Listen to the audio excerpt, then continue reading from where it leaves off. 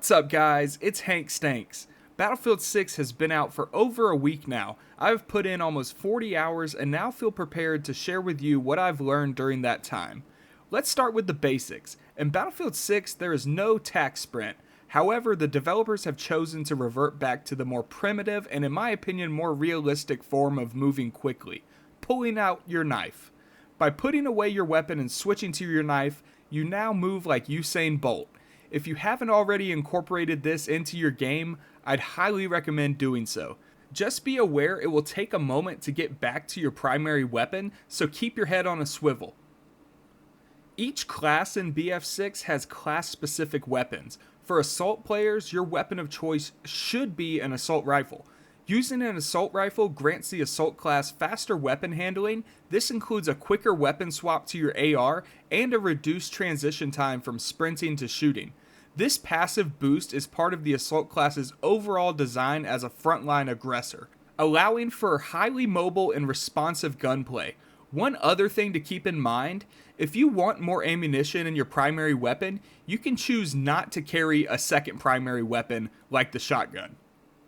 Engineers' class-specific weapons are submachine guns. Using an SMG as an engineer grants improved hipfire control and accuracy. This makes the engineer more dangerous and effective in close-quarters combat, complementing their primary role of engaging vehicles.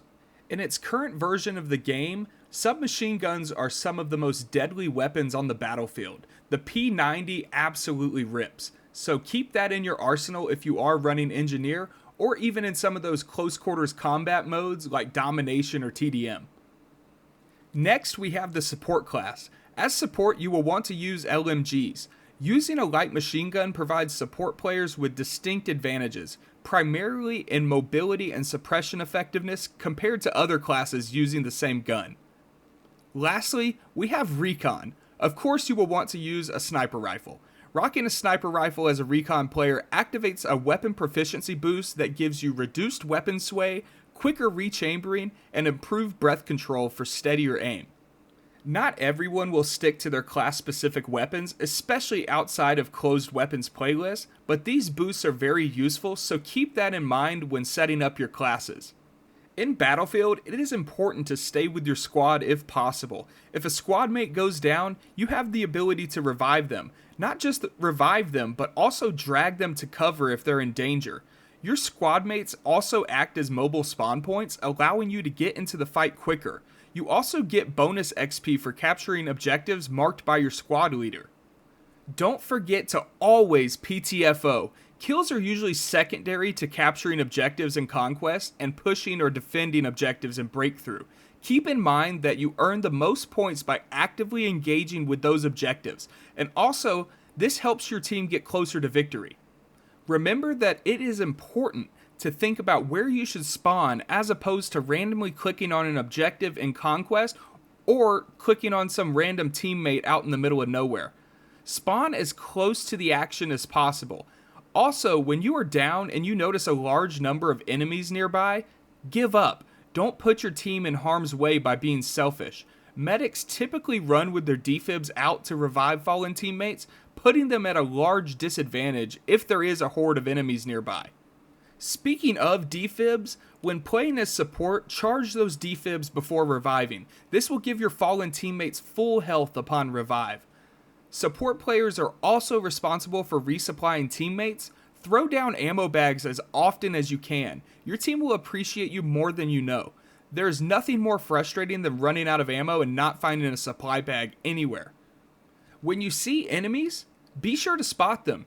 Use the spot ping feature, usually Q on PC or left bumper on console, to mark enemies and vehicles for your entire team. This is invaluable information and often guarantees an assist if a teammate gets the kill. Next, we should talk about the minimap. You need to check your minimap constantly. The minimap is your most powerful tool. Enemies who fire unsuppressed weapons are temporarily marked as a red dot on the minimap. Use this to anticipate flanks and pre-aim corners. Those pings that we spoke about will also be shown on this minimap. Here's a pro tip. Go into your settings and increase the minimap size or view distance, which is often set to medium or far by default. This will help give you greater situational awareness. Sound cues are crucial in Battlefield to get better. You should be using headphones to listen for enemy footsteps.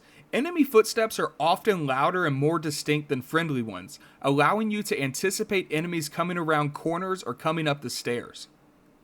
Another important thing to learn are the flank routes on each map.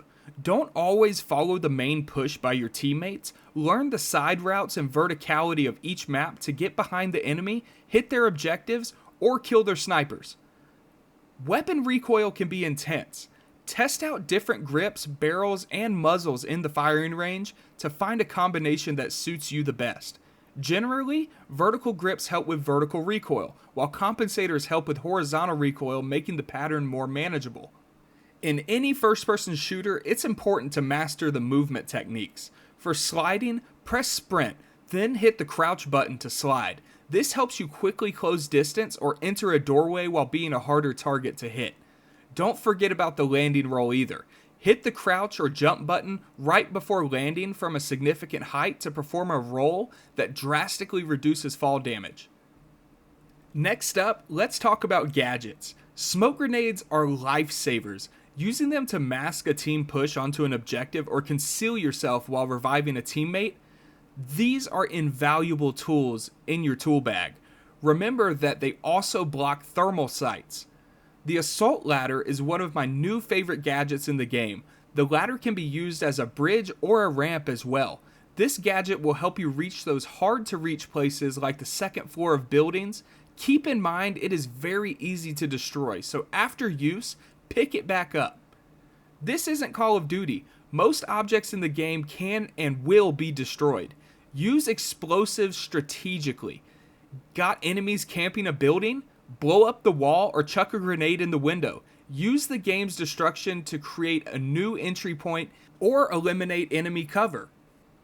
When playing as an engineer, don't forget to repair your team's vehicles. This will help keep your team's tanks in the fight longer, which in turn can help your team make a push in objective-based game modes. You can also use vehicles as a form of mobile cover. Infantry can move up behind a friendly tank and let it draw enemy fire before you move up. This is also where smoke grenades can become effective. Another important topic is the gunner seat. Don't underestimate this role. Even if you can't fly or drive, jumping into the gunner seat of a tank or chopper is a huge help and gets you bonus XP as well. An empty gunner seat is wasted firepower. Now that we've spoken about gameplay, let's dive into the settings menu and take a look at a few things you can change to become a better player. Obviously, you can adjust your mouse sensitivity, and on controller there are now more options than ever before. One thing I'd really like for everyone to turn off in the game though is motion blur and vignette.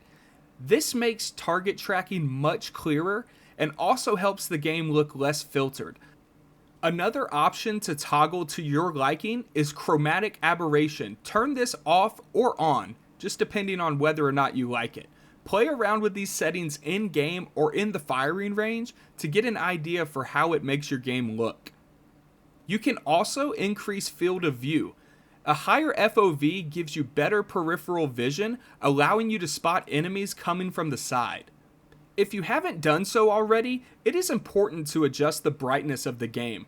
This will be different on each screen or monitor, but BF6 in its current state has a bit of a visibility issue. It can be difficult to spot enemy targets. Adjusting brightness won't completely fix this, but it can at least negate this problem a tiny bit. There is also the option to customize your crosshair and HUD colors. Changing the color of your enemy marker or crosshair to something that stands out like bright red or yellow can make target acquisition faster and easier. There have been a few times in which I lose my crosshair in the background, but if you choose a bright color, it will be harder for this to happen. Lastly, if you've been looking for your statistics, they are very easy to find. Click on the Profile tab on the home screen. Here you'll be able to see your total score, total kills, kill-death ratio, and revives. They've even included some of your career bests in a match on the right-hand side. That's all I have for you guys today. Now you should be playing Battlefield 6 like a pro. I hope you enjoyed this video and learned something new along the way. If you did, smash that like button. Thank you so much for watching. I will be uploading long form content weekly and also uploading shorts daily. Hit that subscribe button to stay connected. I'll see you on the battlefield.